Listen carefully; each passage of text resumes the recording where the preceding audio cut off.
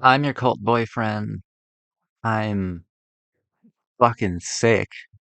I don't know what it is, but nothing will stop me or prevent me from talking about Friday Night Lights season 3, which I is really fascinating because it's a retcon, it's a rewrite, it's a rebuild. It's taking season 2 and throwing it out the window. All of the insanity that was what season 2 ended up being. Just throwing it all away. You don't have to watch season 2 anymore. It's a totally skippable thing now. And maybe the writers just assume that you have your own headcanon. Sometimes they pick and choose what they want to keep, but so much of what happened in season 2 is so much of a non-issue. Like everything from season 2 is a non-issue now, so it really doesn't matter. The murder with Landry and Tyra does not matter. Lila Garrity's born again religious Christian fanaticism doesn't matter. So much of it does not matter. And I think that's fascinating for a show to do, a show to go, okay, we fucked up. We fucked up. Let's do some course correction. Let's fix this because there's something good and there's something full of heart.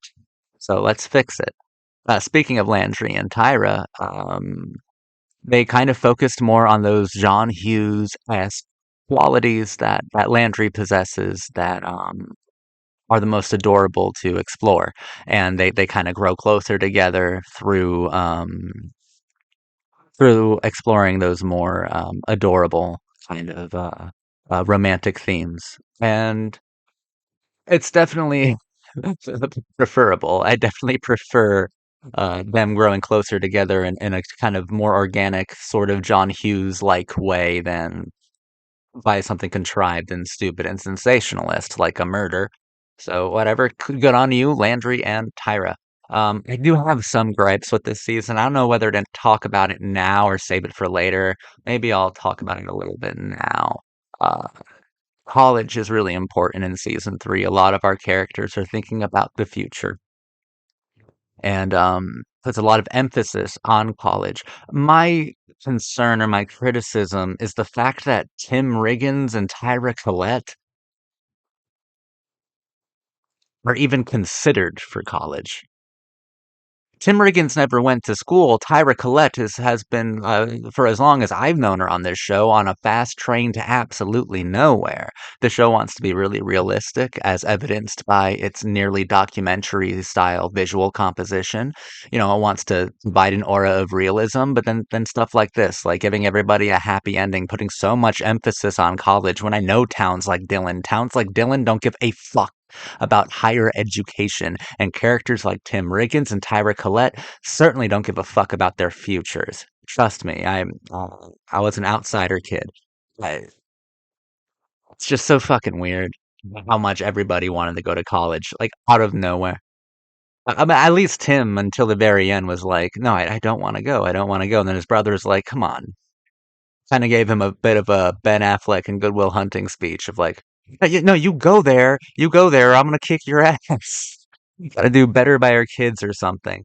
That's another criticism, I guess. I think this show is mostly made for parents or for entire families, and um, I wish there was more spotlight on teenage philosophies because I think that the Tim Riggins and Tyra Collette true teenage philosophy, college is uninvolved in that. It's pretty damn.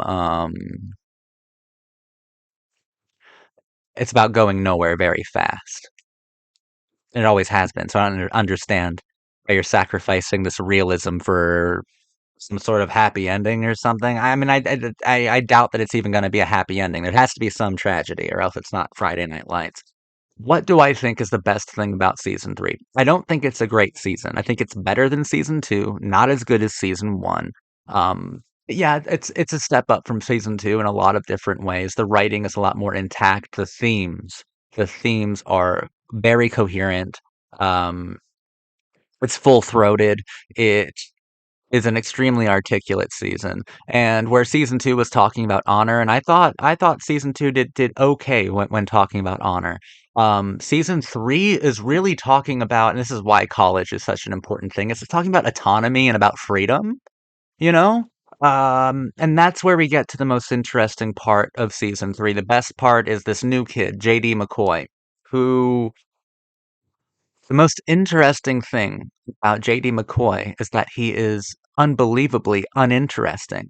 His extremely rich and wealthy father has so much pressure on JD McCoy to play football that JD has become a non-entity. Like he's hardly even a presence. And the coach can see this kind of thing, and so can the other players. And I think that Coach Taylor kind of nudges Tim Riggins in the direction of, hey, make him feel part of this team. And that's where the best parts are. The best parts of season 3 is watching Tim Riggins try to help JD McCoy, this kid, like open up and find freedom. And it's also beautiful because those two characters are at opposite spectrums. Tim Riggins probably had way too much freedom in life. He is the most existentially free character on the entire show. He is content to just do nothing but maybe fix a car and drink a lot of beer. He has so much existentialist freedom, so much personal autonomy that he's been able to define himself completely and totally, and find some honor along the way, which is huge for a teen character. Tim Riggins is an excellent character. JD McCoy, I think the most cruel thing you can do to a teenager is to kill their freedom. JD McCoy is not allowed to define himself. He has no personal autonomy. He has no personal freedom. He has no personality. And you see glimpses of it sometimes, and it's like, man, this father who abuses him both physically and mentally, causes him a lot of duress psychologically. He did commit a pretty large murder of the soul. The kid has no personality, and the personality that comes out near the end of the season is really aggressive and shitty and mean. But of course it would be. Of course it would be, given the terrible circumstances of JD McCoy's existence, which is a non-existence. I thought that the scenes with Tim Riggins and JD McCoy were fascinating. And it had that tragedy that I like so much within Friday Night Lights because you know this can't go well. In fact, I thought the worst things were going to happen to JD McCoy. I thought JD McCoy was going to be pushed to self-harm. Um, in the most intense possible ways. And so I really found those scenes with Tim Riggins and JD McCoy to be just so powerful. Someone who is absolutely free and someone who is in absolute captivity, kind of interacting with each other. And then you can kind of view it as concepts, conceptually interacting with each other. The concept of freedom and the concept of captivity through the teenage lens, interacting with each other, and both masculine as well. That's super important to their dynamic. Tim Riggins and JD McCoy, that dynamic was fascinating. Oh my God, I wish I got a little bit more of it, but also I think I got just about enough. Oh my God, it's so intense. It was so crazy. A lot of power there. Lila Garrity, I wish that they didn't completely get rid of her Christian fanaticism because I was kind of into it because I was like Tim Riggins is running around looking for honor and he punishes himself so much because honor is so elusive and difficult to attain and you're punished for even seeking it out in Dillon, Texas, right? And that's why he says Texas forever, because for him, Texas means honor. It means some sort of not antiquated, but eternal notion of American honor that he really wants to not only live up to, but hold, but have. He wants to honor Texas in a large way and be honored by it in return. And I felt that Lila Garrity, it was saying a lot of things about religion in season 2, about how the salvation that kids are looking for, and they end up finding it in repressive things like religion, for instance. With Lila, what they're really looking for is honor, is to be honored. And she felt so dishonored by the events of the first season with her father's unfaithfulness and by her own faithfulness to Jason Street. The salvation she's looking for is really honor and it made Tim and Lila have these kind of parallel wants. And I wish you didn't get rid of that entirely because that was something from season 2 that I think worked fairly well. In season 3, she's less interesting in my opinion, but she is still one of my favorite characters. Uh, we really complete the deconstruction of the fall of the high school cheerleader and the birth of the genuine woman. And it's really, really nice being around the kind of electric chemistry that Taylor Kitsch and Minka Kelly had. It's wonderful spending time with them. Both Smash and Jason were kind of demoted to guest players, kind of wrapping up their arc. Smash gets into college ball, and Jason goes off to New York City to become a sports agent. We deal with some metaphorical stuff with Jason.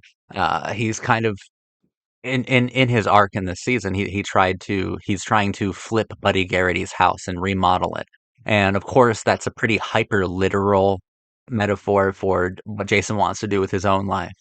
Um, to fix it up and make something really successful out of it. A nest egg, something that for his new family. I think more interestingly, that's saying a lot about the show itself. The show itself is flip trying to flip the show. The show itself is trying to remodel itself after the catastrophe that was season 2. And through this kind of experiment with revision, the show does that pretty successfully.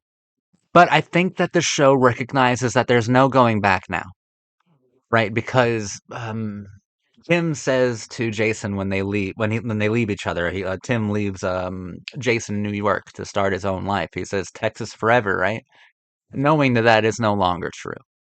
Knowing that that is no longer true. And I think that's the show itself saying there are a lot of possibilities now, and we aren't undefeated anymore. We had a big loss, and that loss was called season 2. But thank God we still have people like Tim Riggins to anchor us firmly to Friday Night Lights pure, like to the purity of Friday Night Lights. Tim Riggins, Taylor Kitsch is still out of control. He's still great on this show, and the character is still very strong and very recognizable. So, yeah, it's really good stuff.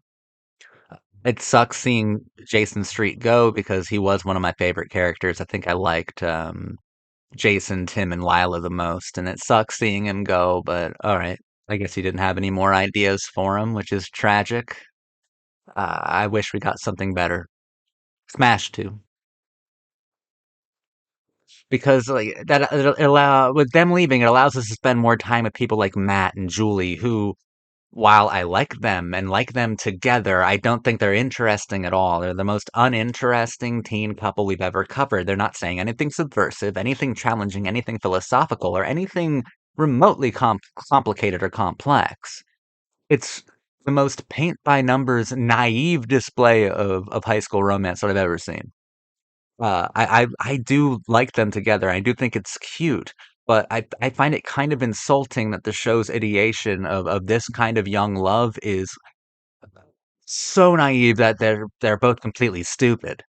I don't think Matt Saracen is as stupid as the show wants me to think, and I also still don't buy the whole abandonment complex that he has. I still don't buy it completely. Matt, I like Matt, but Matt